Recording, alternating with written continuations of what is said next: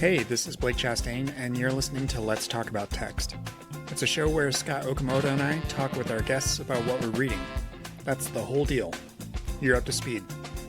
Here's the show.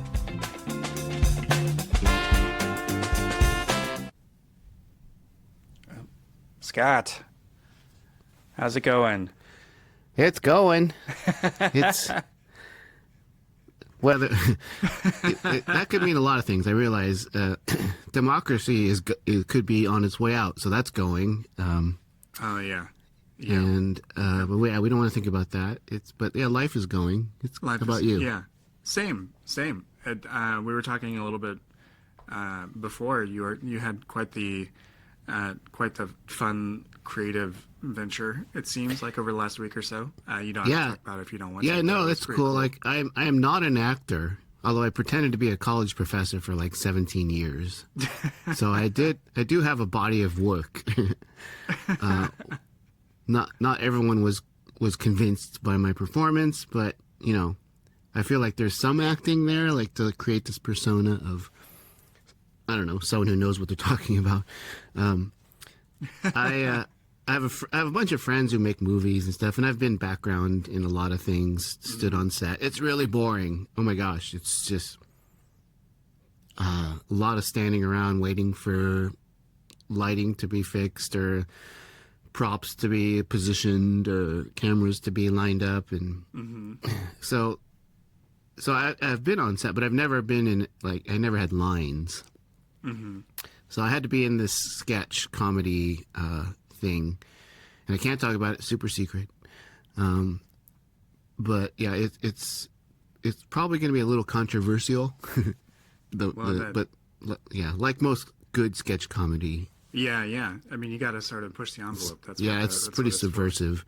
But yeah, I got to spend like 5 days with my son, my oldest son, who's a camera guy in the Bay Area. So both of us were hired to be in this project in Minneapolis and St. Paul, Minnesota. So that was fun. It's awesome. It's like 4 straight days. There was a day of prep. So 5 days of long, grueling days. Had some really cool locations, and I got to be, I don't know, pampered, because like there was always this woman that was like wiping the sweat off my face and dabbing my nose, powdering my cheeks. Wow. Wow. Asking if I need water. I only shot for one day. I was like a assistant director for the other days. But yeah, wow, what a life. It's like, are you hungry? You need water? You know? That's amazing. Yeah. That's really cool. That's such a fun thing to have done, and to have done it with your son is yeah. Really and then I knew like half the people on the crew. Oh, okay. Already, so it was like old friends, just getting to see what they do. Nice. Met some new people. It was great. It was a thing. I realized I don't want to do it as a vocation. I said to my son, I'm glad we had this experience, but I don't want to even think about being on set for a while now. Yeah. He flew back to San Francisco and had another gig like the following day, just right back at it. Right. Because that's what he does for a living. But and that's not me. The way all the work is, right? I mean, it's I want to sit right here in this room and talk to Blake Chastain about books. That's more my lane. Anyway, how's your week been? Pretty good. We are recording this on a Monday. The last week was pretty good. We had a birthday in the house and celebrated accordingly over the weekend, and that was fun. And I'm like in the midst of a handful of things I'm reading, but I haven't finished anything since we talked last. And that seems to sort of be, I don't know, the sort of state I'm in right now is like I'm not like I haven't like finished anything, but I've started tons of things simultaneously. Yeah, lots of fires burning. Yeah, just sort of slowly working through them for different reasons. Yeah, well, we've never said people had to finish any books to talk about them. That's true. It's not college. Yeah, that's true. There's no exam or paper to write. We just talk about it or them. Yeah. So I mean, and I did have I did have something I was gonna sort of treat as a little kickoff question, which is not something we always do when it's just the two of us. This is the second time we've done No, a but show we could like do this. it. We could play along. We could do the thing. Unfortunately, I didn't write it down. Oh, and you don't remember it. Yeah, so if it comes back to me, maybe it can be a stinger at the end. All right. So you had a much Cool. better tease. You had a much better tease of this secret film project you did, and I'm like, I had a question, and then I forgot it. Oh no, I distracted you with my dumb story. No, you didn't. No, you didn't. This was just me, not capturing an idea when it came to it. So. Just so you know, I'm older than you. It gets worse. The memory thing. Yeah, I feel like this is the first year when I'm like, oh man, I'm struggling for names of things. Yep. Things that used to come right away. I have to take a minute, or I don't know. It's not great. I'm not thrilled over it. Yeah. But it's I wild. know it's just part of surviving. Oh yeah, I was going to say see another day. aging, but yeah, surviving. Yeah, let's go aging. with that. Yeah, it's part. I mean, aging is surviving, right? Like aging is we're lucky if we get to do it. But that doesn't True. mean that everything's fun. There are some things you want to forget, like Yeah. religious trauma. Be great if you forget that. Yeah. No, it's usually it's like someone's name or the name of something, and Yeah. yeah. So I mean, but luckily, I guess there's still Google when you need it. Yeah. Like It's true. What did they do? What did our parents do in the 90s, and the 80s when they were getting older? Well, I mean, I certainly have memories of watching my grandparents, squibble about whether a conversation happened on a Wednesday or a Thursday, and with whom, and like, Yeah. and now I'm seeing the same thing happen with my parents. Like, Oh, this, but you can't really prove those ones, right? No one can. Right, There's no right. winner in that argument. It's Yeah. just yeah. unless But- they wrote it down on the calendar or something. Yeah, like Dwight in The Office, who keeps secrets from his computer. Yeah. We're rewatching The Office at night with our daughter, which is a lot of fun. Does she like it? Yeah. Like we've always sort of had a family tradition of watching sitcoms, especially together. Nice. But we never watched that one with her. We watched like Superstore and Community and some other ones, but this is the first venture through The Office. We're in like season 4. We're taking it like one episode a night, not doing anything Nice. crazy. But anyways, so what? Maybe let's talk about some books. Do you want to start? Do you want me to start? I've got. Yeah, I'm not finished with the book, so I can start. It'll be short.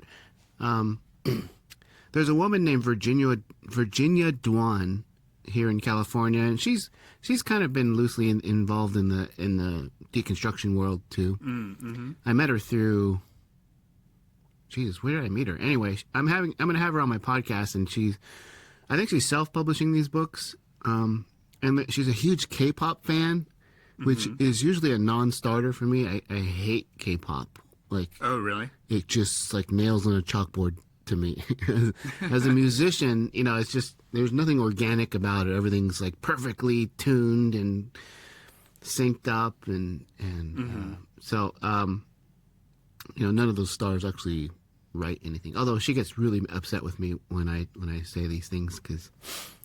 In K-pop, there's this lore, like with BTS, one of them is a musical genius with perfect pitch, and the other one learned to play a violin when he was 2 years old. It's kind of like Kim Jong-il's mythology about, and the truth is they don't do anything musical. They can barely sing.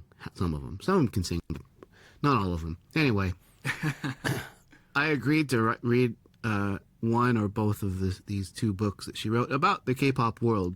And so, and Virginia, if you're listening, it gets better. So, I was like, I went into this not with the best attitude, like,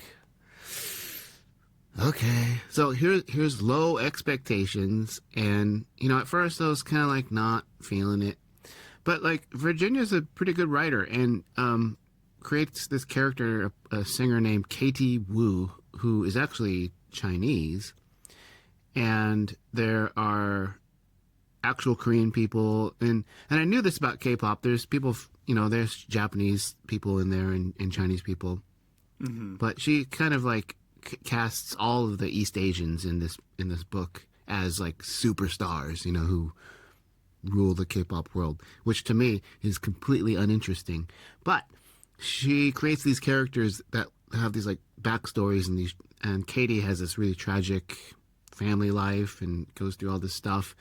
And so this book is called Elusive, and there's a sequel, which I'm still undecided if I want to read, called Weightless. So I'm reading the first one, and I admit it's kind of like K-dramas. Like as soon as you start watching, have you watched a K-drama before, Blake? I haven't like watched one in its entirety, but I have definitely seen like basically like TikTok summaries of ones, or like TikTok clip versions of it. I've definitely come across those, and they pull you in. Like, they're like soap operas. So like, absolutely. I'm not a fan. I tried watching one of the most famous ones.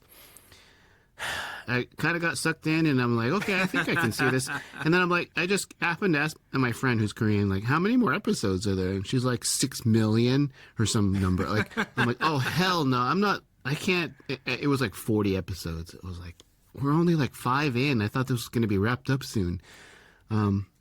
Anyway, this book is not long by any stretch, but like, she does the good job of doing the K-pop thing, of setting you up to, you wonder what's wrong with this woman, and then it kind of jumps back and forth through time of a time period of like 5 or 6 years. And I don't know how it ends, but I have to admit, like 3/4 of the way through the book now, about a fourth of the way through, I got it. I was like, okay, I see what's happening. I see what the story is. I like these characters. I'm interested in their well-being. She kind of glosses over like the industry.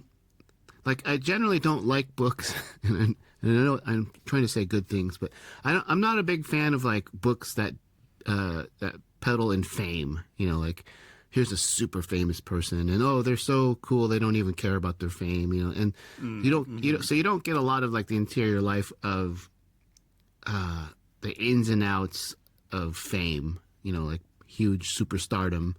Yeah.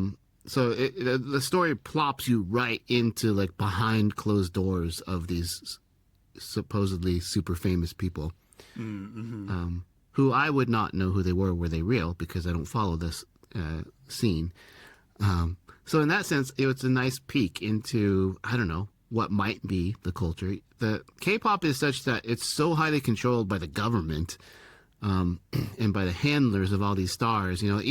What the public sees is a highly curated thing, to the point where it's some people have written about this as like an abusive, toxic system, that these kids are like worked to the bone, dancing and dieting, and they create these they're not allowed to date because that would like lower the popularity of who they are. Because it would mess with the fantasies of the fans. And so if they do date, it has to be like super secretive. Oh wow. Yeah. And they definitely can't get married and have kids. Oh jeez. Until they reach a certain age, and then they're kind of booted out and put in the second tier of superstardom. So it's kind of insidious scene, which Virginia does not touch, at least from what I've read. It's all great, great people who look out for your best interests. So it's kind of a fantasy in that sense. She even has her characters like writing songs, which generally doesn't happen.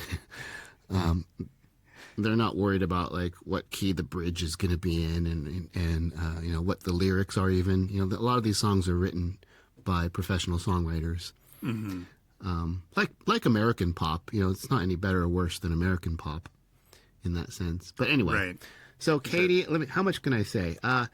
Katie Wu went through an abusive relationship, and it's all the fault of her abusive father, who put her in this position to have to sort of do this to make money and be controlled by very bad people, and then gets out of it. And so the story is taking place in the present, where she's dealing with the consequences and the post-traumatic stress, and trying to maintain her superstardom on top of the charts, for K-pop or for international charts. So it's fun. I think, as jaded as I am about fame and celebrity, which I could not care less about, because there's so much human drama being portrayed in the face of all this fame.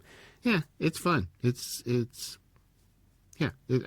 say it. Overall, fun read. I like the characters. I'm willing to go along for the ride that Virginia is providing, even though, like, the musician in me and the person who knows Grammy Award-winning producers and people in the industry of music, they'd pick this thing apart as far as, like, the reality of what K-pop is and isn't. But as for characters and story, very cool. And it's, like the whole point of our podcast here is, it's escapism.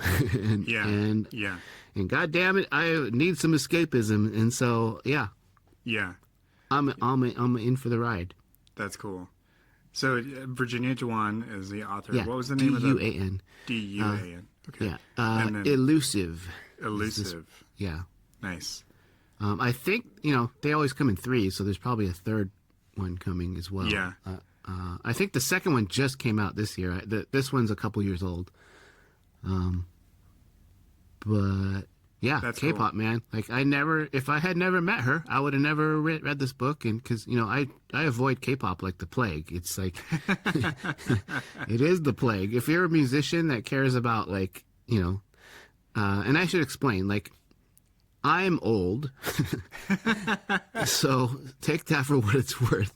But in my mind, music is a connection between an artist who writes, ideally, something, music, plays, has some role in playing said music, and so the connection between the product of a song or an album is direct. The person, you buy the record or you download or you listen on Spotify, the song you're hearing is directly tied and represents that person's skill, worldview, insight. But with most pop music, not just K-pop, American pop, they're not writing these songs. They don't play an instrument. Or if Taylor Swift can play like 4 chords on a guitar, but she's not a guitarist. Per se. I'm just gonna. Maybe we should strike that. I don't want to get the Swifties. You don't want to get the after. Swifties on you? No. I already said something about BTS. Leave it in. I'm old. I don't care. Come at me, Swifties. She's great, by the way. Taylor Swift is fine. I don't hate her or anything. It's just, she's no Stevie Wonder, or she's no Aretha Franklin, or she's no even Whitney Houston, for that matter. Yeah, she's, in a lot of ways, she's very much like a lyricist and like a singer-songwriter, and a Cult of storyteller. personality, really. I mean, it's just, Yeah. I'm not thrilled that she's a billionaire, but so anyway, my whole point is the problem I have with K-pop is it's the product of often dozens of people, producers, engineers, beat makers, which is somehow a thing. Yeah. When people tell me they're a beat maker, I'm just like, anyone can do that. It's you got GarageBand on your Mac, you can be a beat maker. It's not that hard. It's not that interesting. So that's me, because I'm old. So everyone listening who's like rolling their eyes and saying, "Okay, boomer," I accept that. I'm not a boomer, but I get it. I'm old. I'm out of touch. For me, music is an art that we admire the people for their ability to write and to perform said music, not just sing and dance, or lip sync and dance, as in K-pop. Yeah. Okay, I'll get off my No, old man no. horse. No, that made me Google something while you were talking. Shit. There was a book. No, there was a book. It's like 10 years old now, but I think it's called The Song Machine Inside the Hit Factory, and it's all about like this whole world. Yeah, the pop world. Yeah. The pop world and everything. And I'm sure that like as someone who has lived in LA for so long and knows so many people in the industry, that like that would be a hard thing for you to just suspend your disbelief, and like you'd and that part of the escapism is not necessarily the easiest thing for you to access, because you know exactly what it's really like. And if it was portrayed as what it is, these are just universally attractive people. You have to be attractive. You have to be thin. Mm-hmm. Lip syncing along to highly produced music. If it was accepted as that, it'd be great. Fine. It is. It's not my thing. It is what it is. But society lifts these people up as the next Stevie Wonder, or as name a great musician and singer-songwriter. And that's where the old man me is like, oh, come on, this is not this. It's not the same thing. Like, it's great.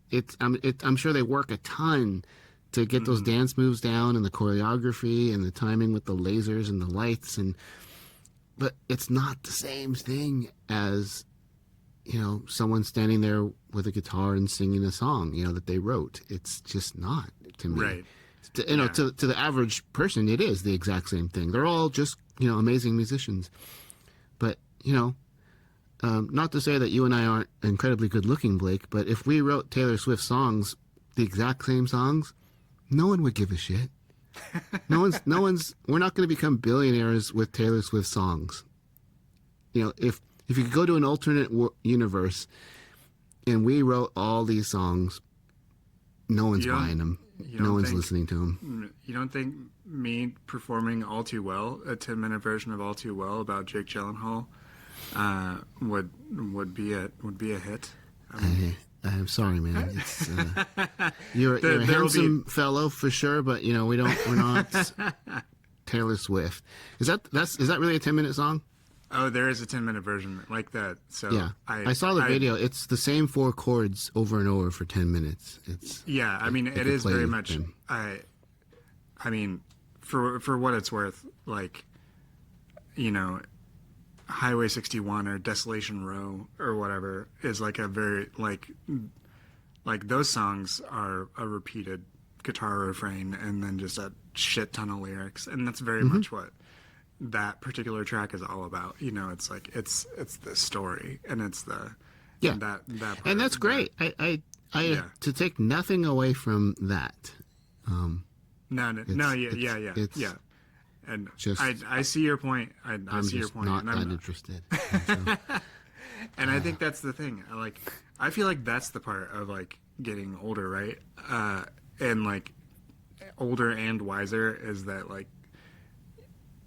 you end up generally not caring like as passionately if someone else is into something you're not into. Yeah. It doesn't bother me. It's just I just do wish there was more truth about what it is we're looking at. It's just not the same as some other things. Now that people are, you don't like any new music, you're just old. I'm like, no. Madison Cunningham, a young singer-songwriter, incredible guitar singer-songwriter, plays the instruments, incredible chord changes and melodies and harmonies that she does. It's like, it makes me cry listening to it, and she's like a 28-year-old woman from LA who won a Grammy last year. Wow. Yeah. She's great. Yeah. There's a band called Wolf Alice I'm going to go see next month. So good. They're from England. Amazing songwriting and musicianship and playing. It's like, I like new things.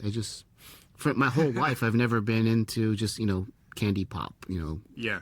bubblegum pop stuff. It's just Yeah, I mean, you were a prog rock guy back in the day. And I mean, was, that is, which is very nerdy, but no, but I mean that. but I also like AC/DC.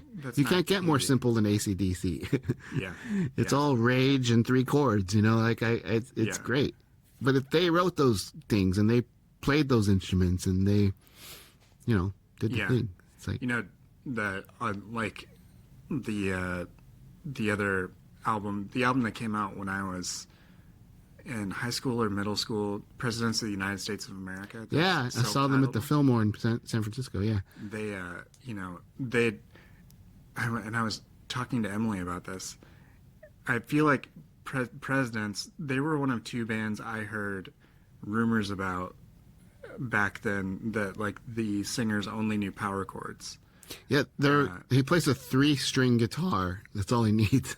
Oh, really? That's Okay, so it was Presidents. It's just power chords. Yeah, because I thought it was Presidents, and then the other one I thought was like the first Green Day album. I had heard. That's a 6-string guitar he's playing, but it's power chords. Yeah. Yeah, but I mean, like, those songs are catchy as hell. Like, yeah. Like so I mean, like, if you can make a catchy tune, I mean, you don't have to be totally technically proficient if you've. But yeah, and play the tune. Yeah. Like, play it live. They can play. You know, you can stand on a stage. If 3 guys are playing 3 simple chords together, that is a skill that a lot of people don't have. You know, so you can, if you're playing 3 chords together, the drummer, bass, guitar, singer, that is special. That's like a sacred space for me. But like in pop music, you don't know who the bass player is on that album. Who plays guitar for BTS? You know, or who's playing drums for Taylor Swift? Nobody knows. I mean, the industry people know, but no Taylor Swift fans know who's playing organ on this track. You know, it's like it's not about that. It's all about her and what she represents for them, which is cool.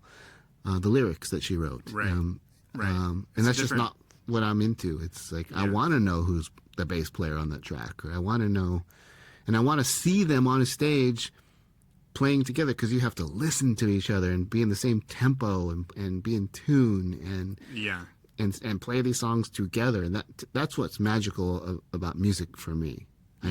Old guy. We never talked about it. Do you watch anime or anything at all? Like, not a lot, but my kids do, and so I'll watch stuff with them. Yeah. So there's one on Netflix that is called Carol and Tuesday. Carol and Tuesday, and it's like, it basically, the thrust of it is, I think there's 2 seasons. I've only watched through part of the first season. It's been out for several years, but basically it's like it takes place on Mars.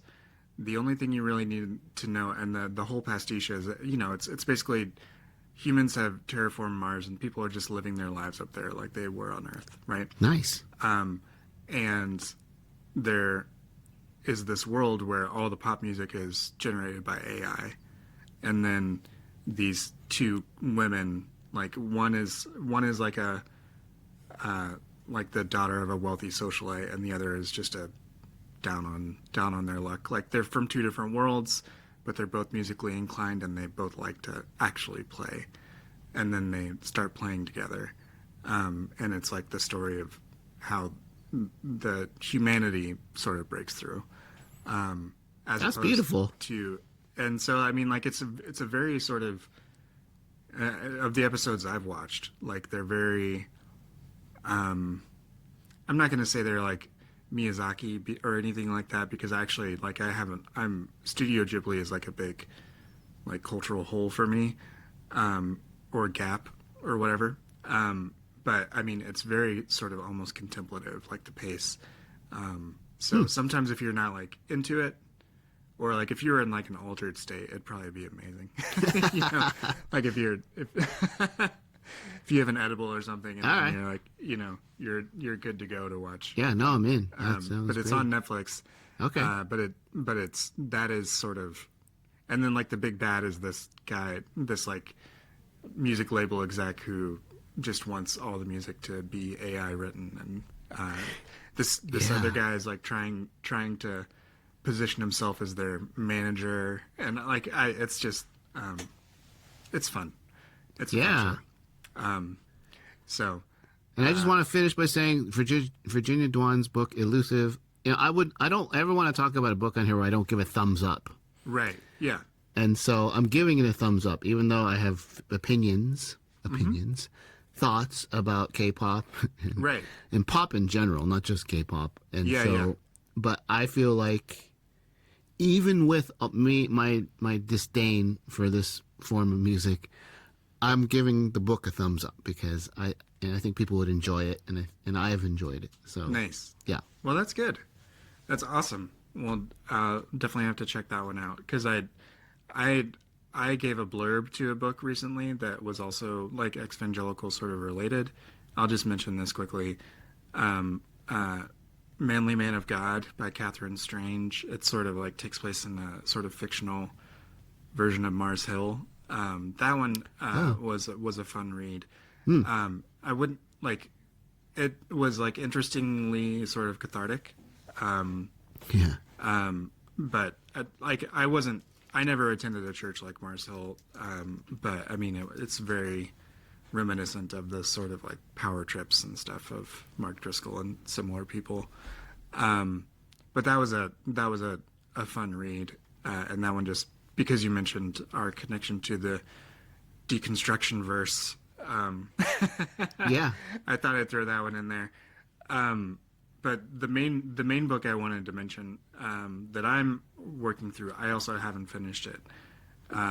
Is the final Frank Herbert book? Did I don't think you've mentioned Dune. I mentioned Dune. This is the last. So Frank Herbert is the author of Dune and all of its sequels, and this is the final sequel that he wrote before he passed away.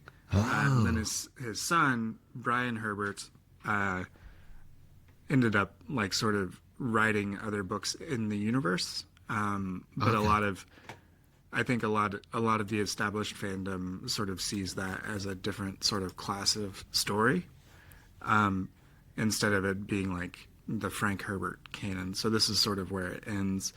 I am maybe 2/3 of the way through, and it's definitely very interesting.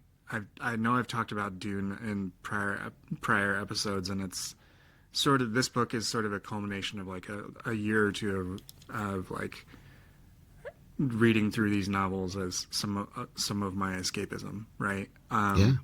And like, did you see either of the recent movies? No, those are that's not your bag, right? So just going to movies in general is not my. Okay. Yeah, I'll watch them on TV eventually, but yeah. So I mean, like the movies definitely got me into it, and then Justin Gentry, who we had on the first episode, he gave me a really strong pitch for Dune, and it's just a ton of fun, especially like the way a number of the characters utilize things like religion to influence people, to control populations, like all of these various things, and the sort of social commentary that's sprinkled through is really very, very interesting. But like this one is a lot of like sort of like palace intrigue type stories, like you've got there are some large factions, and it can take place on different planets and things like that, but there's a lot of like subtle conversations and people like jockeying for really particular openings and conversations and negotiations, and like and all of these things that are really, I don't know, it's just very entertaining. It's and like the thing I've always liked about sci-fi is that, especially with like a lot of modern sci-fi, the idea around the central idea of a story might be like, okay, imagine a world where this one particular thing is the most influential thing in the society, and then like, and how would that society look? So like in Dune, it's like, okay, what if we what if humanity discovered this crazy addictive substance that prolonged your lifespan to like 300 years, kept you healthy, may grant you crazy sort of powers, if you're part of this like Bene Gesserit group, and you can only get that thing in one place, and it's created by crazy sand monsters. Like that's, and then, you know, and then like everything spins out of that. It's like scarcity economics and all of this other stuff, and then like it takes place over, the whole story takes place over thousands of years, and like he's not afraid to make these huge jumps in time, and like in character point of views, like all of these things. He's not afraid to like kill his darlings in that way. And I mean, if anything, if nothing else, it's really, really ambitious. And I don't know. It's for whatever reason, it's really fascinating to me. And I have been enjoying it. And like whenever I you know, I'm having trouble falling asleep, I'll turn the light on and read a chapter or two, because it lets me, you know, distract myself, I guess, or just inhabit an extremely different type of place than where we find ourselves. So yeah, I'm at the last one, and the decision will be here soon, whether I explore any of like the Brian Herbert books, the one that, because there's like well over a dozen, but the thing I've heard is that Frank Herbert was planning to write like, I think 2 more books after this, and he had sort of seen this as the beginning of another section, but then he passed away, and wasn't able to finish. So Brian tried to finish that storyline, and ended up doing that with another co-writer. But I don't know like what the fandom sort of thinks of that, and I don't know how much I even need to let that like color my opinion. But that's one of those things about sort of, you know, sci-fi fandoms, is that they're very, very opinionated. Like, oh yeah. Yeah. Just like music fans and pretty much any fandom these days. Star Wars, Star Trek. Yeah. Battlestar Galactica. Yep. You know, while you were talking, I realized I haven't really been into fantasy books the last, like, I'd say, well, I know exactly how long. Since the last time I read This Present Darkness and the sequel. Oh my goodness. I think that killed it for me for a while. Like, yeah, this idea of, you know, otherworldly creatures, you know, in this case, angels and demons. And as I deconstructed, I think I've had like a bias against fantasy.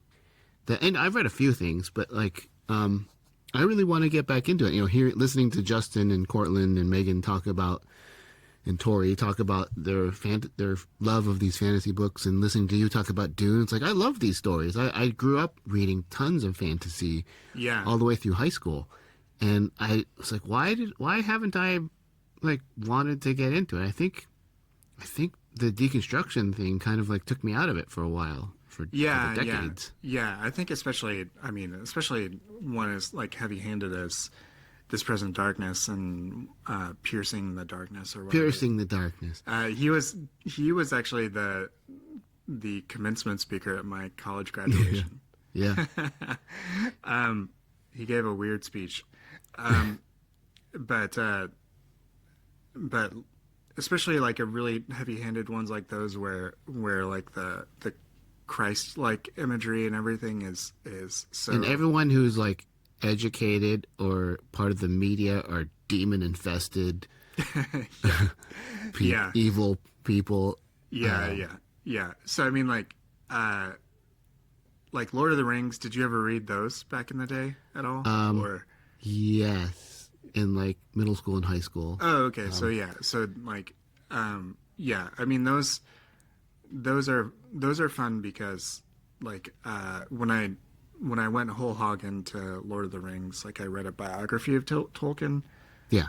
called Author of the Century, and that biographer basically says that Tolkien was smart because he took aspects of like Jesus and split it up amongst all the characters. So like He didn't Frodo's go like the, Aslan, like right. his friend. Yeah, like Frodo's the suffering servant, and Gandalf is the the miracle worker, and so on and so forth. Like, they're not all one person. Like, oh, and like Aragorn is the kingly character. Like all of them have these elements of, but he split it up amongst all of. So Yeah, it I wasn't see so that. heavy-handed, and it wasn't like distinctly Christian, because because Tolkien saw it as a bad thing that like that the Britons that they didn't have like a essentially they had lost their like indigenous mythologies, and all they had was Christianity. Right. And so he saw that as a significant loss, and so he's like, I'm gonna write my own for for these people, and for myself, because I feel the need for this. Yeah. Hell yeah. But yeah, like that's what I mean. Sci-fi is probably my favorite, definitely my favorite like escapist genre. Like Yeah. No, I'm a huge Star Trek fan, and Star Wars is part of my DNA. I was 7 when the first movie came out. amazing. I just don't know why. Well, I guess I'm figuring out why I just haven't gravitated toward the books in the last couple decades, and I definitely want to. It's because the little kid in me is still there. I want to go to these worlds and these universes, and because, God damn it, we need that more than ever right now. Yeah. Take me away from this shithole country that I'm living in. Yeah. So I mean, this one, I didn't know whether I was gonna get this deep into it. Like when I like, because you can actually buy. Frank Herbert wrote 6 books, but like, they're not all super popular. It's not like Lord of the Rings where it's, like three books and they all go together and they tell one story. It's more like there are the first 2 books and that tells a story, but then like the next 2 books are about Timothy Chalamet's characters, kids. Okay. Paul Atreides, like his it's about, those 2 books are about his kids, and then the 2 books after that are about completely different people, but it's all within the same world. Right, so I should read the first 2 for sure then. Yeah, okay. I'm looking on the bookshop. So yeah. And so what they sometimes do is they will they're bundle yeah. books 1 through 3 and books 4 through 6. Like, and then there's some that have all 6. But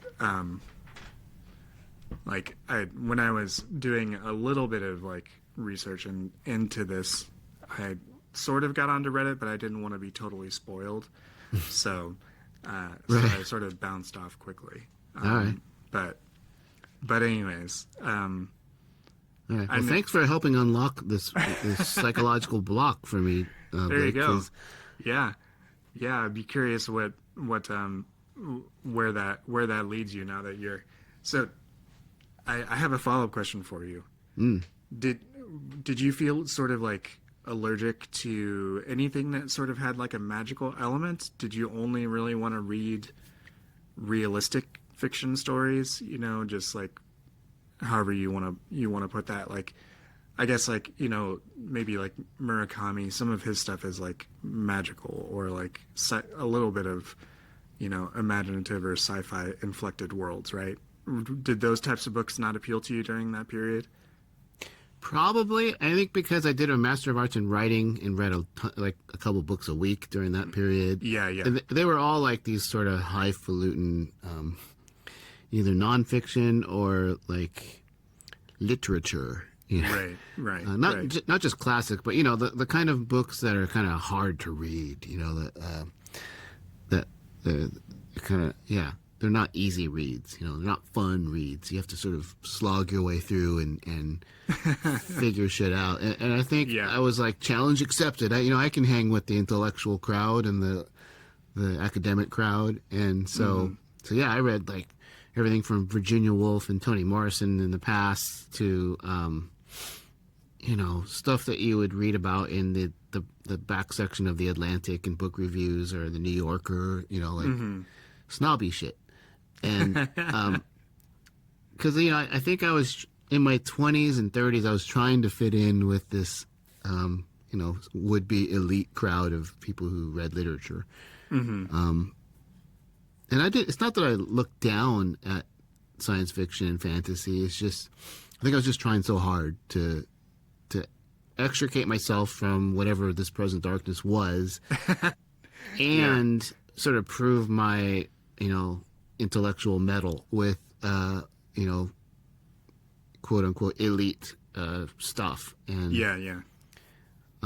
and then I kind of went the complete opposite direction in the last 10-15 years, just reading like baseball biographies, rock and roll biographies, and so but I think the inner child is not dead and still wants to be enchanted with these other worlds and universes, and so we've made a breakthrough. I love it. That's amazing. I can't wait to see where I still hate K-pop, but and I'm not equating K-pop to, good Lord, like Dune and things like. No, I'm not. That's not that. But no, you're good. But I'm still not healed of that. No, that's awesome. So there's this one comic book writer who wrote like his name is Grant Morrison, and actually I can't remember if he uses non-binary pronouns now. I'm gonna say he, and I might be wrong, but Grant Morrison wrote a book a while back called Supergods, which was about just basically their version of like a history of comic book, like the big two, Marvel and DC. And Grant Morrison's also written a lot of comics, and he's Scottish. He grew up like parents of like political activists and protesters, and he grew up in this like area of Scotland where the UK or the United States like had a nuclear arsenal. Oof. And so he like literally grew up like in the Cold War, like right next to this spot. And what he said about, and this will connect back to what we were saying.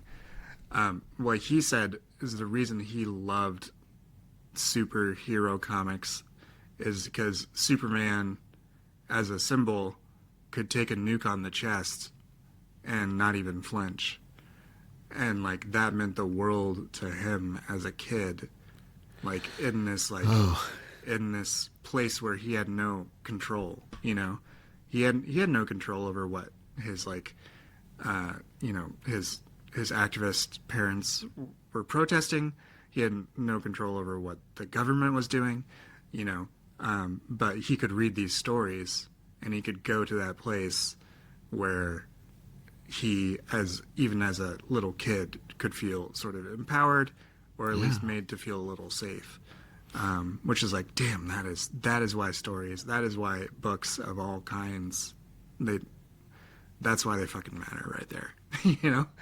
It's true. I as jaded as I have become, being in academia and coming out of evangelical Christianity, the fact that Jesus taught via story, Yep. He didn't go point by point and make, logical arguments. He used story. You know, he's on to something there, because story hits people where they are, and when they resonate with that story, it can be just as instructive as any how-to manual, any PowerPoint presentation. Yeah. Because you're seeing what the message is. You know, you're arriving at it with whatever the characters in the stories are arriving at. And so, yeah, it's powerful stuff. Yeah. Awesome. Well, I love that we get to, take an hour and blow off steam a little bit. Yeah, man. And heal our inner children and stuff. Yeah. I might not even have to smoke tonight to go to sleep. I feel like that. Nice. But yeah, and we're at the end of summer, hoping to get some more guests back on to hear what they're reading and talk about why they resonate with the things that they're reading. And I think that kind of connection too is special to me. Yeah, absolutely. To hear how a book or whatever writing hits people and influences their lives and inspires them or depresses them or whatever. It's all good. It's all part of the journey.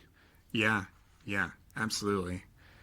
Well, oh man, you teed me up, and then I'm totally falling down on this. You were like, oh, I teed you up. I don't know, to button this up. And no, I just started rambling again. So we're professionals. We've been doing podcasting for many years. Yes, we have, but just don't know how to end it. But but honestly, it's probably just the hour at this point. Yeah, but I hope people are listening and say, hey, I want to talk about this thing that I'm reading, absolutely, and we want to hear it. So yeah. Come on. I'm keep trying to convince some people. Some people are a little reticent, but I don't think anyone's regretted it yet. Maybe. No, they've loved it. They've totally. We're not threatening. We don't bite. Unless we're talking about like pizza or something. I don't think we've offended anyone yet. Yeah. Although I just pissed off all of BTS Army and the Swifties today, so we might have lost that demographic, which is probably like 3/4 of the world. Well, I guess we'll just be talking to the weirdos. There's still a lot of other people, not the normal people. Yeah. Oh man. Yeah. Oh man. Well, Scott, it's always a pleasure talking to you. We'll yeah, man. And we'll talk again soon. And hopefully, if you want to come on and talk about a book, send us an email. You can find it in the show notes. So, thanks. Good talking to you, Scott. Yeah, talk to you likewise. Later. See ya. Hey, thanks for listening to this episode of Let's Talk About Text with Blake and Scott. That's me. If you're interested in coming on to talk about a book that you've really loved or that you're reading right now, let us know. Reach out to us at talkabouttextpod@gmail.com. Hope to hear from you, and we'll see you next week.